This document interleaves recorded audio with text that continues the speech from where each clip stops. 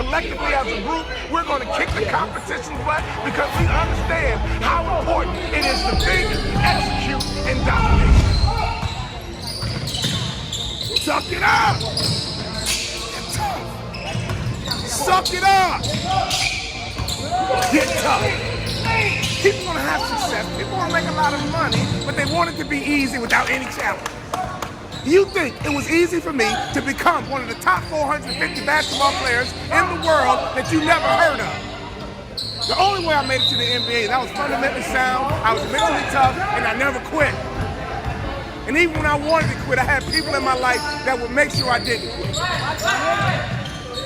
I hired and set up the top 10 motivational speakers, watched all their videos, and I watched it one by one because I understand that if I pay attention to what the best are doing, I could be the best too. I watched game film on Michael Jordan. No matter how much I watched, I couldn't do what Michael Jordan could do. I would watch Magic Johnson. I couldn't do what Magic Johnson would do, but I sat there and had these videos. I watched Les Brown, Zig Ziglar, Tony Robbins. My whole wife was scared. I was scared. I called him to my office and I said what husbands say. I said, babe, we're gonna be okay.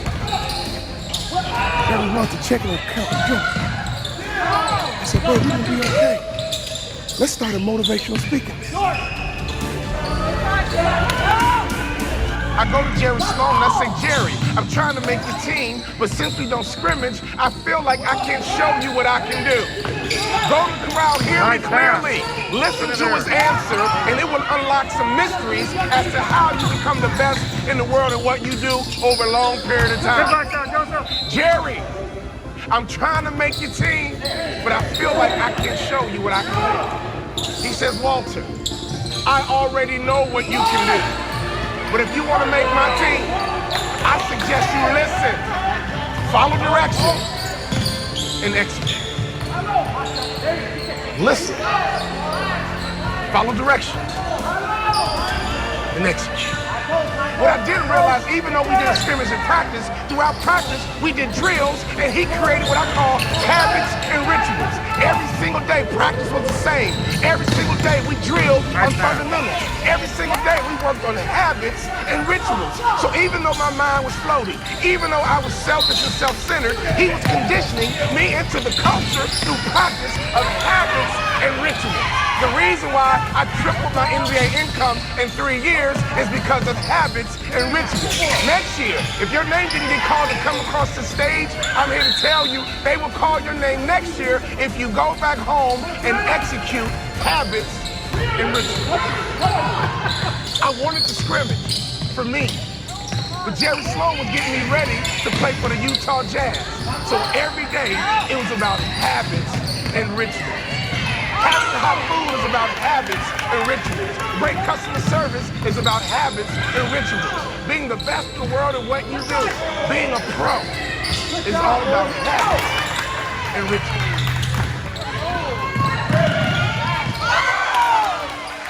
Let me tell you something. I learned a very valuable lesson when I played for the Utah Jazz. I had a point guard on my team who's arguably the best point guard in the history of the NBA. His name is John Stockton. John Stockton would go to a chiropractor 4 times a day on game day. You know what I said to myself? I'm not doing that. It doesn't take all that. John Stockton played 19 years in the NBA. I played 3. You would have thought I'd have been smart enough to watch a Hall of Famer and just shut my mouth, hop in the car, and go with them. No! My mind said, yeah, that take all that. I was teasing. Man, John Stockton, you OCD or something? Why are you going to a chiropractor 4 times a day? He swore by his chiropractor. That man played point guard in the NBA until he was 40 years old. And he didn't retire because he got slow. He retired because he refused to wear baggy shorts. He loved his Daisy Dukes. Every day on game day, that man would go to a chiropractor 4 times a day. And in my immature basketball mind, I would say, it doesn't take all that. I don't need to do all that. I'm an award-winning motivational speaker. Because now, I pay attention to detail. Another peak performance truth. Peak performance. A detail-oriented. Nice pass. My college career was over. I got offered a job to become a hospital administrator. 2-year program, $75,000 job. Watch out. And right before I took the job, my daddy called me on the phone. Let me tell you about my daddy. When I was a little boy, my daddy would always pick me up. When he came home from work, he picked me up. When he saw me in the nursery after church, he picked me up. No matter how long he worked, no matter how tired he was, my dad would always pick me up. So when I had my kids, I would always pick up my kids. When I got home, sometimes I was tired. They have a bottle in one hand, and they just lifted up the other hand, and they knew what daddy was supposed to do. My job was to pick them up. Nice drive, Joseph. This is a spiritual interaction. When you pick up a child, it is a spiritual transaction. When you pick up a child, you change their perspective. Good rebound, John. Good rebound. When you pick up a child, all of a sudden they can see the world the way you see it. I don't care what your children have done, there is nothing they can do for you to stop picking them up. What my daughter's a drug addict? I don't care, pick her up. My son messes up, I don't care, pick him up. I don't care. You pick them up. Nice. That is your job, mama. That is your job, daddy. That is your job, grandma. That is your job, granddad. Your number one job is to pick them up and change their perspective.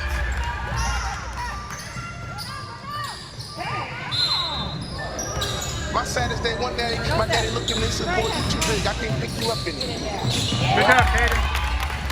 So when he couldn't pick me up physically, he would pick me up emotionally.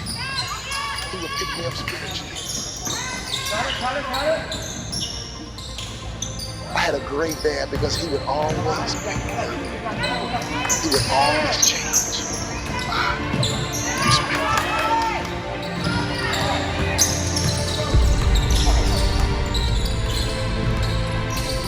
So my daddy called me on the phone, he asked me a question. He said, son, you had a tough year, what's next? I said, Dad, I'm going to be a hospital administrator. What's up, Jordan? He said, not bad, but let me ask you a question, son. Do you believe you're an NBA player? Can I produce yourself in this? You don't think so, but if you believe you're an NBA player, go for it.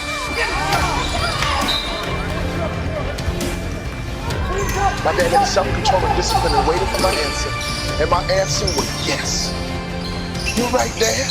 I can't work the rest of my life. But playing in the NBA is a dream I've had ever since I was a little boy. He said, go for it, son. I limped back into my coach's office with a cast in my front. Tears in my eyes. I said, Coach, what do I need to do to play in the NBA? He said, do 2 things you can play in the NBA. Lose 20 pounds and shoot a 3-point shot with range, you can play in the NBA. If you lose 20 pounds and shoot a 3-point shot with range, you can play in the NBA. I lost 20 pounds, and every day I would shoot 500 shots a day, every single day. I got invited to training camp with the Dallas Mavericks, and not only did I make the team, I became the first ever undrafted rookie free agent in the history of the Dallas Mavericks to start opening night. Could you imagine what was going through my mind? I had not started the basketball game since high school.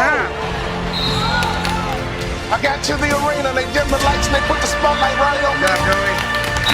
Right through the spotlight, I saw my mom, my dad, and all my brothers and sisters. Then I saw my dad. He just pumped my fist. He pumped his fist. Follow your passion first. When I retired from the game, I sat there asking kind of all the wrong questions. What's the biggest industry I can get into? It's all the wrong stuff. And you got to sit there and ask yourself, okay, what am I truly passionate about? What do I enjoy doing? And when you feel that way, honestly, you feel like you've never worked a day in your life. It's the most fun thing in the world. You get up in the morning excited about what you're doing. And you got to be really honest with yourself about it. If you wake up in the morning and you're dreading going to work, dude, do something else. Do something else. And those are hard decisions to make, but when you make those decisions, it's a very liberating experience, and you find out that the rewards will come. I think the best way to prove your value is to work. Somebody is to absorb, to be a Spartan. You always want to outwork your potential. As hard as you believe you can work harder than that. And that's what I try to do when I first came in the league. But basketball is such a direct competition sport. And me coming in at 17, hated me. Teammates would say, get hit with an elbow. Like Shaq would hit with an elbow in practice. Nick Van Exel will come up and say, "Are you okay?" What?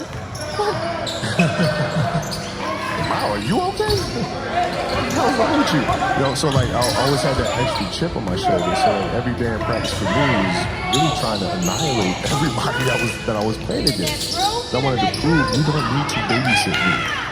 Like, I'm fine, you know. And so it's always that competitive nature, the work ethic, and curiosity. Because I asked a lot of questions. Playing with Byron Scott, I asked him a lot of questions. Eddie Jones, he was great at chasing guards off the screens, and I didn't understand how to do that. And to sit with him before practice, after practice. Magic, all the Laker greats, I would always sit down and just ask them questions about certain games that I studied growing up. What actually happened? What did you feel there? Why?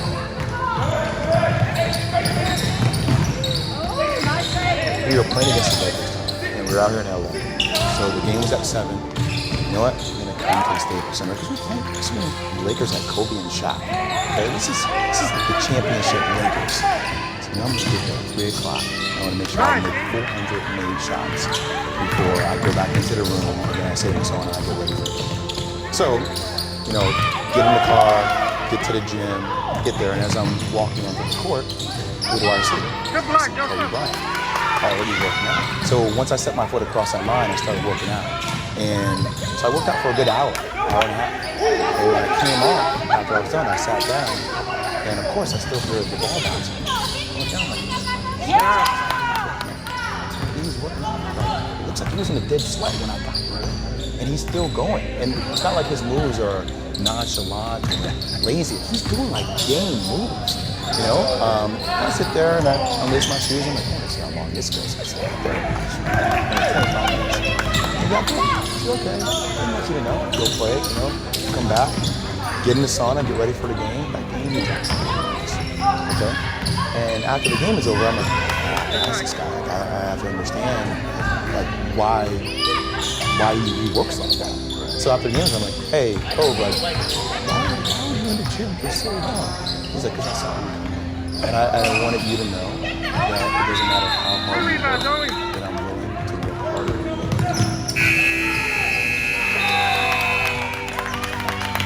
it. Your job is to try to be the best basketball player you can be. Right? To do that, you have to practice, you have to train. Right? You want to train as much as you can, as often as you can. So if you get up at 10 in the morning, train at 11, 12, 15, train at 12, train for 2 hours, 12 to 2. You have to let your body recover. Get back out, start training again at 6. Train from 6 to 8. And now go home, shower, eat dinner, go to bed, you wake up, do it again. Right? Those are 2 sessions. Right? Now imagine you wake up at the train at 4 to 6, come home, breakfast, relax, so blah, blah. Now you're back at it again, 9 to 11, right? Relax, and now all of a sudden you're back at it again, 2 to 4. And now you're back at it again, All right, James, make the next 7 to one, 9. James. Look how much more training I have done by simply starting at 4.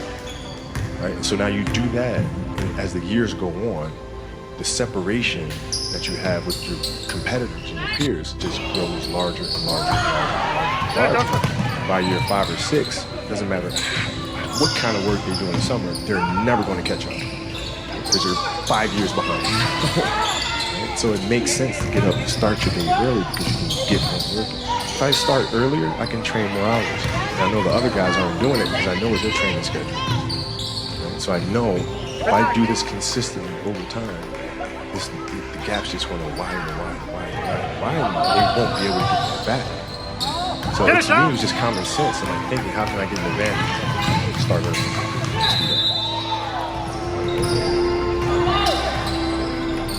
Get it, Joseph. How do you develop that, or what do you learn that? Cut, cut, cut. I think it's just a matter of what's important to you.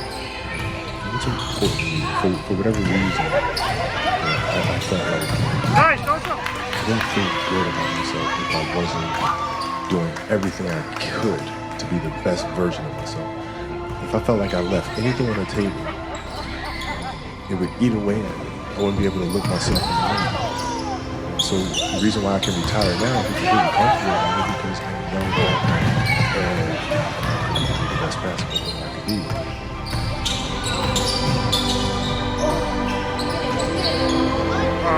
Good rebound, Chase. Knock it down, baby. Oh, man. This has been absolutely beautiful, you guys. I can't believe it's come to an end. You guys will always be in my heart. And what can I say? Mamba out. Cut to the basket. Destiny is calling, even now. Many of you listening to me have been beautifully equipped to live in a world that no longer exists. But I want to give you a new word for change, and that word is evolution. And you are either going to evolve or expire. See, everything changes. The economy changes, relationship changes. We change mentally and emotionally and physically, and you are either dying or you are either living. Get it. Every time you made a change, you got hurt. And so this is why when you hear the word change, there's a mental block. You cannot change because you have equated change with pain. Every time you have changed, you feel pain. You stepped out of one relationship to another and you feel pain. You leave one neighborhood to another and you feel pain. You go from one job to another and you feel the fire of transition. So every time you hear the word change, you see pain.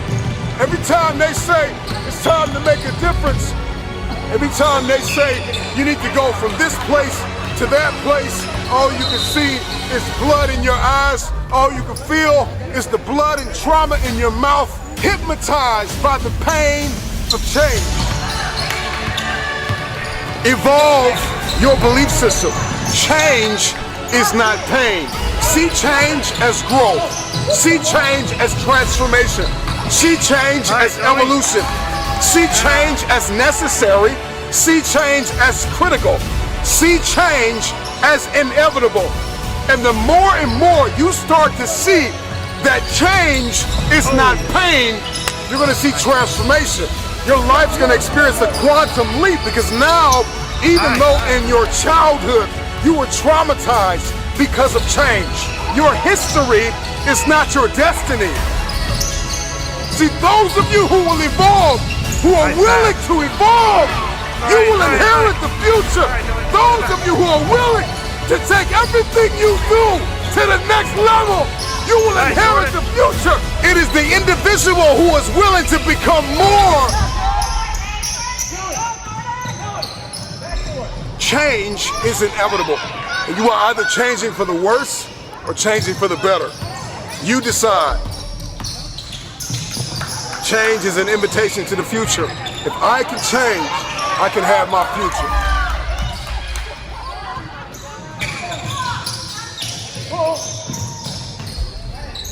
Another reason why people hate change is because not only do they see change as pain, but all they see change is as failure. And it's because every time you've made a change, you have failed. And you have to start identifying change with a new layer of belief. People tell me all the time, it's hard to get wealthy. It's hard to grind. It's hard to be focused. How do you even do these speeches? It's hard to stay motivated. It's hard to stay broke. It's hard to stay depressed. It's hard to stay governed by anxiety. It's hard to be inconsistent. It's hard not to have daily disciplines. It's hard not to believe in yourself. It's hard to be broke. It's hard to be poor. It's hard. It's all hard. So choose your heart. You either gonna work for it, you're gonna sit there and let life knock you down and dare you to get back up. So I see the privilege. I see the moment.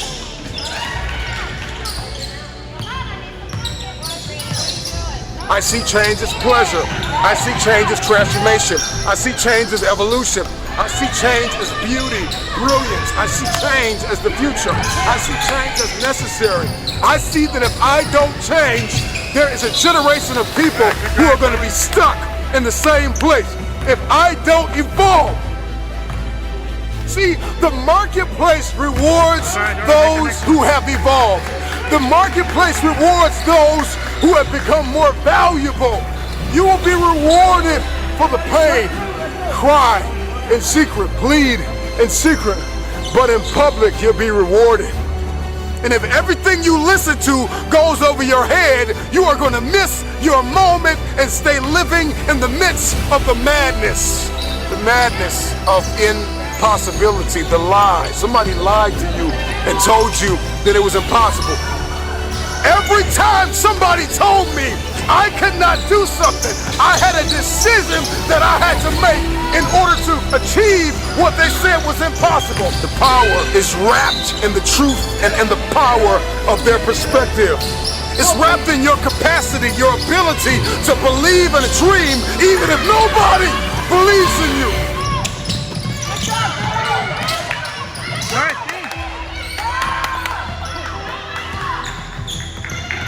Destiny is calling.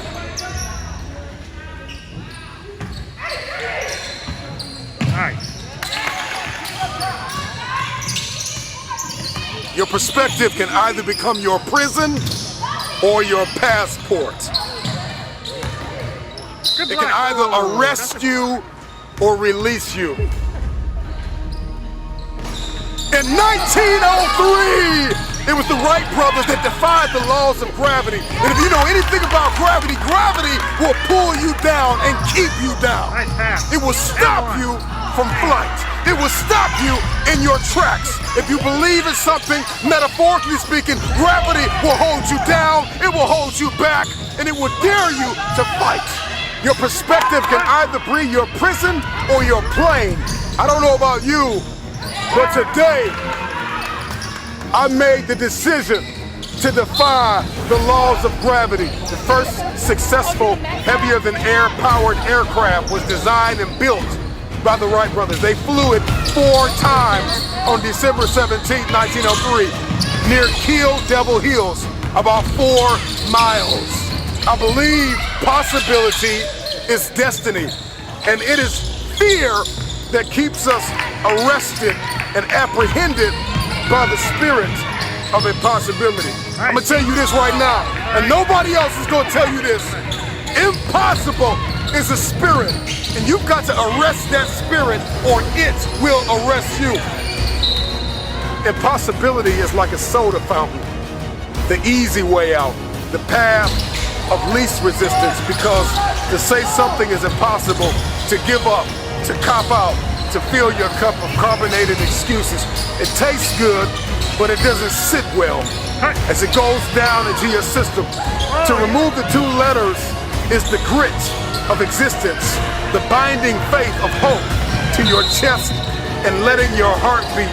You gotta rewrite the code, you gotta rewrite the script. Calling all reformers, I'm calling all innovators, I'm calling all game changers, I'm calling all world shakers, I'm calling all city shifters. I'm calling everybody that has an inkling of faith in themselves. I'm calling everybody. You will inherit the future.